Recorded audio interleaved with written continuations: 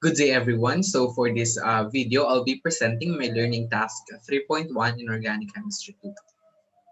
So for this learning task, we are asked to identify the name and the structure of the unknown compound from the combined spectra problems by the introduction to spectroscopy, 4th edition, chapter 9 by Pavia, Lampman, Kritz, and Vivian.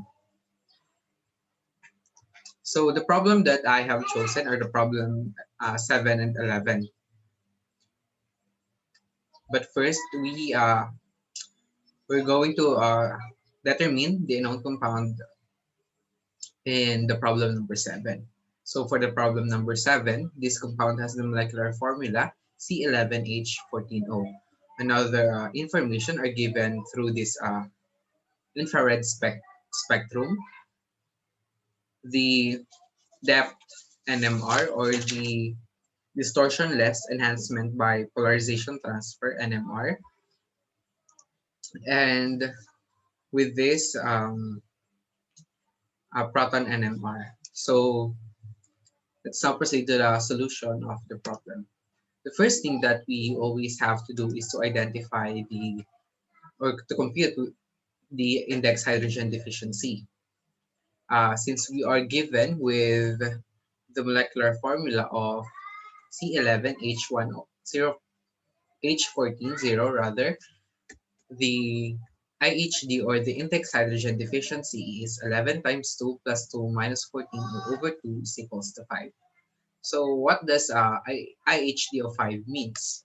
IHD of 5 indicates that the unknown compound contains aromatic rings along with a one double bond.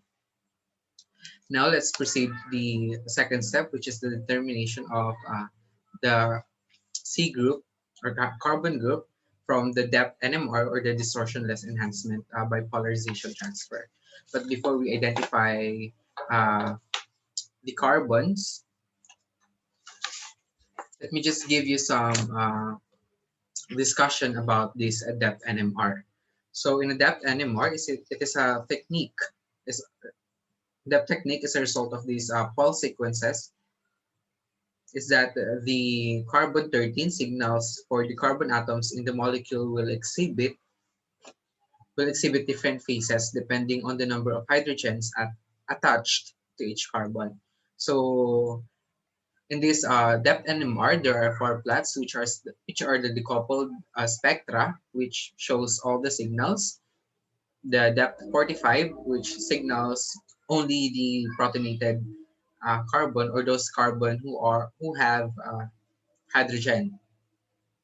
Next is the depth 90, which only carbons that bear a single hydrogen or a single proton, and the depth 135 signals only all the carbons that have attached protons. Note that in this depth NMR, on a depth 135, signals varies depending on whatever the number of attached proton or hydrogen is, odd or even.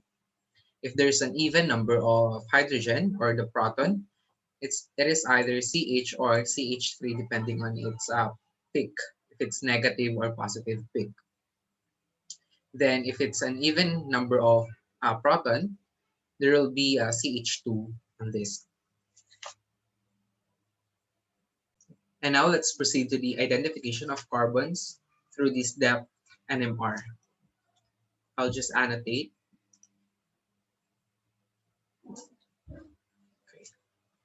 So for at 14 ppm, at the peak of 14 ppm, since there's a positive peak on a depth 135 and a negative peak, or no peak rather, on a depth 90, it only indicates that there's a presence of a metal group, which is a CH3.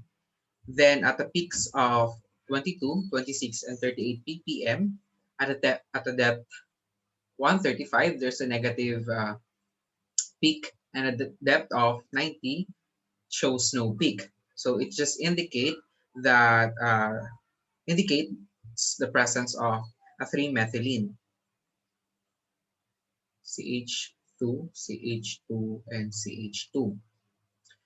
And for the peaks of 128 and 129 at the depth 135, there are positive peaks, and at the depth of 90, there are also positive peaks.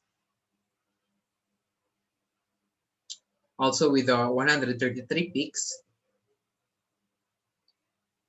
there's a positive in a depth 135 and a positive in a depth 90. It only shows that there's a presence of aromatic CH atoms. And lastly, at the peaks of 137 and 200 ppm, at a depth 135, there's no peak, and at the depth of 90, there's also no peaks. Thus, this indicates that there's a presence of a quaternary carbon atom. Uh, I'll just erase. Now let's proceed to the infrared spectrum.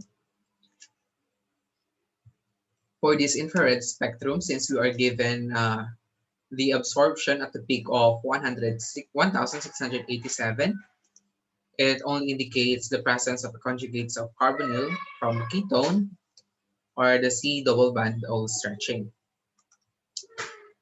Proceeding with this proton NMR, since you are given a 1, 2, 3, 4, 5, 6 peaks or 6 signals, we're going to identify the splitting and the chemical shift of these 6 signals. So at the peak letter A, we have a triplet sextet for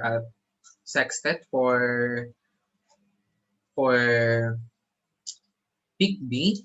Peak C is a quintet. Peak D is a triplet again, and E is a doublet, F is a triplet, and G is a triplet.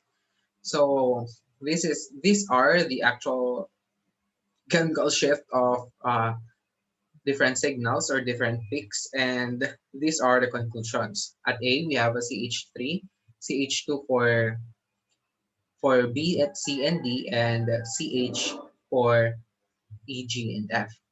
With this following information, we can now proceed to the structure of our unknown compound. So this is a structure of our unknown compound, which is a 1-phenyl pentan 1-O. So to check, since we knew already the splitting of the carbons or the protons rather, we're going to check this by we're going to check this structure through proton NMR. We know that the A is a triplet, so since the B has a two hydrogen plus one is a three, thus it is a triplet. Check. For B, we know that B is a sextet.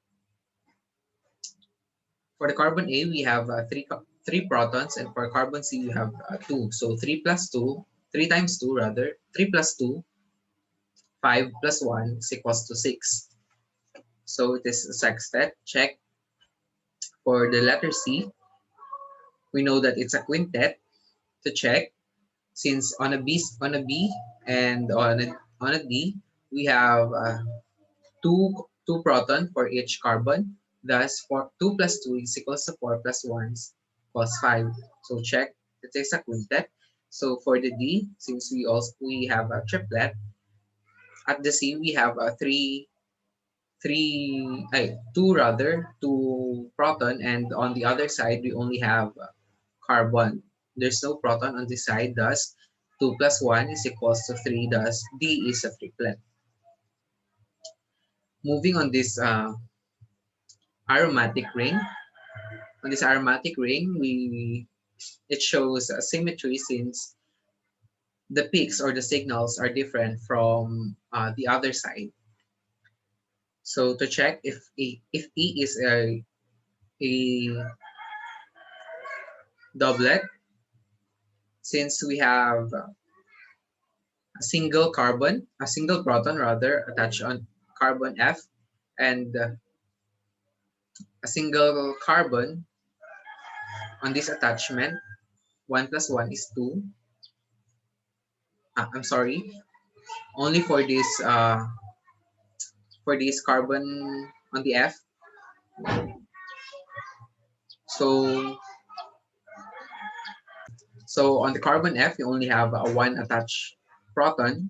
Thus, 1 plus 1 is doublet. So check, E is a doublet. So for letter F, since we have one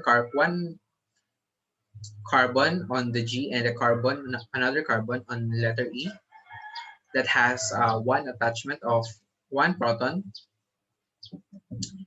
each, then we have 1 plus 1 plus 1 is equals to 3. Thus, F is a triplet. The same goes with the G, since we have a single proton attached on carbon F. Since we have 2F, 2 plus 1 is equals to 3, thus G is a triplet. So the structure, this is the structure that we draw from that we have drawn from the information from the combined spectra, and this structure is a 1-phenyl pentan 1 or 1-one or the 1-phenyl pentanone rather. Moving to the second problem. This compound has the formula C3H6O2. The UV spectrum of this compound shows a maximum of about 205 nanometers. The carbon 13 NMR spectrum shows peaks at 14, 60, and 161 ppm. The peak at 161 ppm appears as the positive peak in the depth 90 spectrum. So we have to identify the compound and its name, the structure of the compound and its name from the formula C3H6O2. We are also given with this different spectrum. First is the mass spectrum. Second is this infrared spectrum, and third is the proton NMR. Now, without further ado, let's proceed to the solution of this second problem. Again, the first thing that we have to do is to identify the IHD of the molecular compound. Since we are given with the C3H6O2, the IHD is 3 times 2 plus 2 minus 6 all over 2 is equals to 1. Second step is, an IHD of 1 indicates that the known compound contains 1 double bond. So for the next step, we're going to look at the IR spectrum. At the IR spectrum, it is evident that we have a 1,727 absorption at that peak. That 1,727 peak indicates the C double bond O stretching from a carbonyl group. So it only indicates that our single double bond will be coming from a carbonyl group. So there's a carbonyl group in this structure of the molecular compound. Looking at the proton NMR, we have 3 signals or 3 peaks, and the 3 peaks are the triplet, quartet, and the singlet. For the singlet, it is a CH, CH2 for quartet, and the CH3 for the triplet. You can also see the actual chemical shift, and it's 130 ppm for the triplet, 420 ppm for letter B or the quartet, and for letter C, it is 8.40 ppm. Moving forward to the carbon NMR, the 13C NMR spectrum shows peaks at 14, 60, and 161 ppm. The peak at 161 ppm appears as a positive peak in the depth 90 spectrum. So earlier, on the first problem, we discussed about the depth 90 or the depth NMR, or the distortionless enhancement by polarization. And from what it says here, the peak at 161 ppm appears as a positive peak in the depth 90 spectrum. It is unsaturated carbon, And from a depth 90, since it has a positive peak, it has a CH, or a single proton is attached on a carbon. Then at peaks of 14 and 60, we can see that there's a saturated carbon. Now, looking at the mass spectrum, the base formula, or sorry, the molecular mass of our compound is 74. So let's check, since we have given 3 carbons, 3 times 12 is equals to 36, plus 6 hydrogen, plus a single oxygen, not sorry, an O2 rather. We have a 74.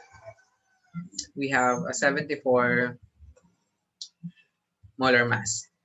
So for the fragmentation from 74 to 45 peak, 74 minus 45 is 29, and 29 is a carbonyl group. This is our carbonyl, and from 29, sorry, from 45 to 31, we we deduce a 14, which indicates a CH2. Thus, from therefore the compound with the molecular formula C3H6O2, which matches the IR, 1H NMR, and 13C NMR in the mass fragmentation, we have come up with this ethyl formate. So to check again, we're going to check if it has a 3 carbon, 1, 2, 3. Check. For 6 hydrogen or 6 protons, since we have 3 here, we have 2 here, and we have a single carbon proton here. So check. We have a 6 hydrogen and 2 oxygen. So for the 1H NMR, to test if it's really, to test the splitting of these protons. For letter A, we have a triplet, since we have 2 proton attached on this carbon, on a carbon B. So check, it's a triplet. For this for letter B, we have a quartet, which 3 plus 1, since there's an attachment of 3 proton on this carbon, plus 1. So check this, it is quartet. And lastly, for C, it is a singlet, since we don't have any carbon nearby on the carbon C. So 0 plus 1 is equals to 1, which is singlet. So this formula, or this compound, is an ethyl formate. That concludes our learning task 3.1 about the combined spectra, and thank you for listening. If you have questions and clarifications, just comment down comment it down below on the comment section. Thank you.